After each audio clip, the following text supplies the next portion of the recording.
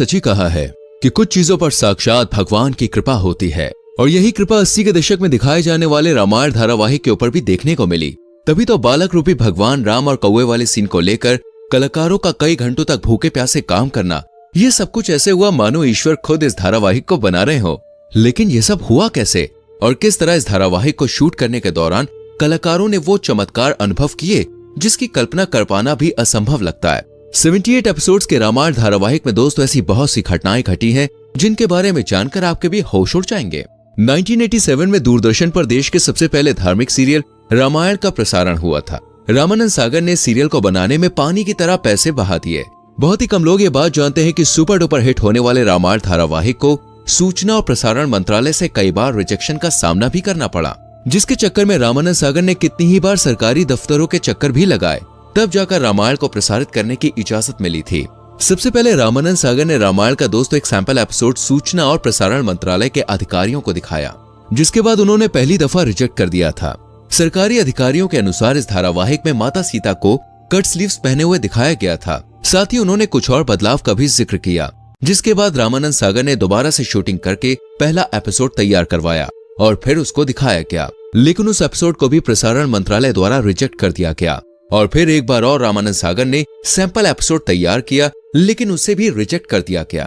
देश में पहली बार धार्मिक सीरियल तैयार किया जा रहा था जिसका प्रसारण टीवी पर होना था, इसलिए इस बात का सुनिश्चित होना बहुत जरूरी था कि किसी भी प्रकार की कोई कमी न रह जाए जिससे लोगों की धार्मिक भावनाओं को ठेस न पहुंचे।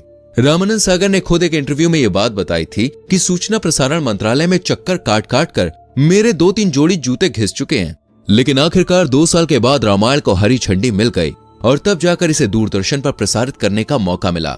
उस समय फिल्में जितने बजट में बन के तैयार होती थी, उससे ज्यादा पैसों में दोस्तों रामायण का एक एपिसोड तैयार किया जाता था। सबसे ज्यादा मजेदार इस धारावाहिक की शूटिंग के किस्से हैं, क्योंकि दोस्तों रामायण को शूट करने के लिए सही लोकेशन का ढूंढना बहुत जरूरी था, जिसमें काफी दिक्कतों का सामना भी करना पड़ा। वो एक ऐसी जगह चाहते थे जहां पहाड़, नदी, समुद्र और पेड़ पौधे सब कुछ हो, और मुंबई जैसी भीड़ भाड़ वाली जगह पर इस तरह का शूट कर पाना बहुत ही मुश्किल और महंगा था।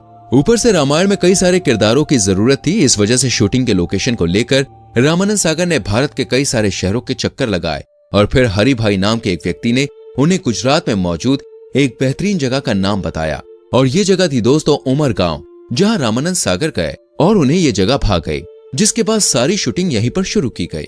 धारावाहिक के निर्माता निर्देशक रामानंद सागर के बेटे प्रेम सागर ने अपने एक इंटरव्यू में ये बात बताई कि सीरियल के निर्माण के पीछे दिव्य शक्तियों और साधुओं का मार्गदर्शन भी था, जिसके साक्षी वो स्वयं थे। वही बाल स्वरूप भगवान राम और काकभूषणी वाले सीन से जुड़ा एक किस्सा उन्होंने साझा किया। वो बताते हैं कि काकभूषणी बालक राम की परीक्षा लेने के लिए आते हैं, जिसके बारे में आपको भी पता होगा, लेकिन कौवे वाले सीन को फिल्माना दोस्तों बहुत कठिन था। एक तरफ एक नन्हा बालक, दूसरी तरफ कौवा, आखिर कैसे शूटिंग हो? सबसे पहले तो बड़ी मुश्किल से कौवा पकड़ा गया और उसे सेट पर लाया गया। लाइट और कैमरा ऑन हुआ और तब रामानंद सागर कौवे के पास गए और हाथ जोड़कर उसे प्रणाम किया और बोले कि हे काकभूषणी जी, मैं संकट में हूँ, कृपया मेरी सहायता करिए। इसके बाद जो हुआ उसे देखकर दोस्तों हर कोई हैरान था। एक मंझा हुआ कलाकार जिस तरह काम करता है, ठीक उसी तरह कौवा भी काम कर रहा था। प्रेम सागर बताते हैं कि जब पापा जी कहते थे कि बच्चे को देखो तो कौवा उसकी तरफ देखने लगता था, तब रामानंद सागर कहते थे तो वो रोटी लेने लगता था। वो बच्चे के साथ ऐसे खेल रहा था मानो भाई पालतू कौवा हो। ये सब देखकर कोई भी यही कहेगा, मानो काकभूषणी जी स्वयं ही शूटिंग कर रहे हो। लेकिन जैसे ही कैमरा और लाइट ऑफ हुई, कौवा उड़कर ना जाने कहां गायब हो गया। रामायण में माता सीता का किरदार निभाने वाली दीपिका चिखलिया के अनुसार रामानंद सागर हर एक सीन को बिल्कुल परफेक्ट तरीके से करना चाहते थे। उन्हें किसी भी प्रकार की कमी नहीं चाहिए थी। वो रात में 2-3 बजे तक शूटिंग करते, इसलिए दीपिका पूरे महीने सेट पर ही बिताती। उनका मुंबई आना जाना भी नहीं हो पाता था। और आपको बता दें, जब रामायण की शूटिंग हुई तो उस टाइम दीपिका की उम्र सिर्फ 15 साल थी, और जब उन्हें ये रोल ऑफर हुआ तो उन्हें इस बात का बिल्कुल भी अंदाजा नहीं था कि ये सीरियल इतिहास रचने वाला है। दीपिका ने अपने एक इंटरव्यू में ये बात बताई कि सीता का किरदार करने के बाद उन्होंने कभी भी छोटी ड्रेस पहनी ही नहीं। दोस्तों रामायण में काम करने वाले हर एक किरदार को लोग बिल्कुल असली समझते थे। भगवान राम का किरदार निभाने वाले अरुण गोविल को देखकर लोगों को ऐसा लगता कि जैसे भगवान राम आ गए हो। वो जहाँ कहीं भी जाते लोग इनके पैरों पर गिर जाते। यहाँ तक कि आज भी अरुण गोविल को लोग भगवान राम कह के ही बुलाते हैं। पर बहुत ही कम लोग ये बात जानते हैं कि भगवान राम के किरदार के लिए अरुण गोविल को पहले रिजेक्ट कर दिया गया था। जी हाँ, लेकिन बाद में इनकी मासूम और प्यारी मुस्कान को देखकर रामानंद सागर ने इन्हें अपना राम चुन लिया। वैसे अरुण गोविल से जुड़ा हुआ एक बहुत ही इंटरेस्टिंग किस्सा है, वो ये है कि जब भरत के द्वारा भगवान राम को ये सूचना मिलती है कि राजा दशरथ नहीं रहे, तो उस समय कैसा एक्सप्रेशन देना चाहिए ये तय कर पाना अरुण साहब के लिए बहुत मुश्किल था, क्योंकि वो एक भगवान का किरदार अदा कर रहे थे और भगवान रो नहीं सकते और चेहरे पर उदासी का भाव लाने नहीं देना था, क्योंकि भगवान राम को पहचाना ही उनकी सादगी और हर परिस्थिति में स्थिर रहने के कारण जाता था। इसलिए ये सीन अरुण जी के लिए बहुत ही चैलेंजिंग था, लेकिन बाद में उन्हें इस सीन के लिए खूब तारीफें भी मिली। यहाँ तक कि भगवान राम की आंखों में आंसू देखकर जनता के भी आंसू छलक पड़े। लोग ये महसूस कर पा रहे थे कि पिता के जाने का गम भगवान राम को कितना हुआ है। भगवान राम के परम भक्त हनुमान जी का किरदार निभाने वाले दारा सिंह जी को भला कौन भूल सकता है। उन्होंने पर्दे पर इस किरदार को दोस्तों एकदम जीवंत बना दिया। लेकिन बहुत ही कम लोग ये बात जानते हैं कि जब रामानंद सागर ने उन्हें ये रोल ऑफर किया तो उन्होंने इसे करने से साफ मना कर दिया था, क्योंकि उस समय दारा सिंह 60 साल के हो गए थे। इसलिए अपनी उम्र का हवाला देकर उन्होंने काम करने से इनकार कर दिया। पर जब रामानंद सागर जी ने काम करने के लिए जिद करी, तब जाकर उन्होंने हनुमान जी का किरदार निभाने के लिए हाँ कह दिया, क्योंकि रामानंद सागर जानते थे कि अगर इस आइकॉनिक किरदार को कोई बलशाली इंसान कर सकता है तो वो सिर्फ दारा सिंह ही है। और इस किरदार को निभाने के लिए दारा सिंह ने अपनी श्रद्धा से चिकन मटन जैसी सभी चीजों को त्यागने की शपथ ली थी। दारा सिंह हनुमान जी के बहुत बड़े भक्त थे, इसलिए उन्होंने ये कहा था कि जब तक वो शूटिंग पूरी नहीं कर लेते तब तक वो चिकन मटन को हाथ भी नहीं लगाएंगे। और दोस्तों, नटखट लेकिन तेज लक्ष्मण का किरदार निभाने वाले सुनील नेहरी को भी लोगों ने खूब पसंद किया।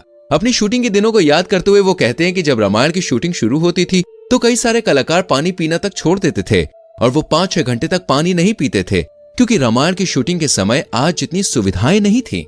सेट पर वॉशरूम की काफी दिक्कतें थी, जिसकी वजह से लोग पानी तक नहीं पीते थे, क्योंकि अगर पानी पिएंगे तो टॉयलेट जाना पड़ेगा और गांव में ऐसी कोई भी सुविधा नहीं थी। इसलिए लोग पूरे फोकस के साथ सिर्फ और सिर्फ शूटिंग पर ध्यान देते। कई दिनों तक लोग अपने घरों पर बात भी नहीं कर पाते थे। इसके बारे में बताते हुए सुनील लहरी कहते हैं कि उन दिनों हम शहर से बाहर शूटिंग कर रहे थे, जहां पर किसी भी प्रकार के फोन बूथ का इंतजाम नहीं था। वहीं से कुछ दूरी पर टेलीफोन की सुविधा थी, जहां पर लोग जाकर अपने घर वालों से बात करने के लिए घंटों तक लाइन लगाकर खड़े रहते थे। वैसे तो रामायण की शूटिंग के दिनों के दोस्तों कई किस्से चर्चित हैं, लेकिन उनमें से एक किस्सा सुग्रीव के रोल को लेकर है। असल में रामायण में सारी कास्टिंग हो चुकी थी, लेकिन रामानंद सागर सुग्रीव के किरदार को लेकर काफी चिंतित थे।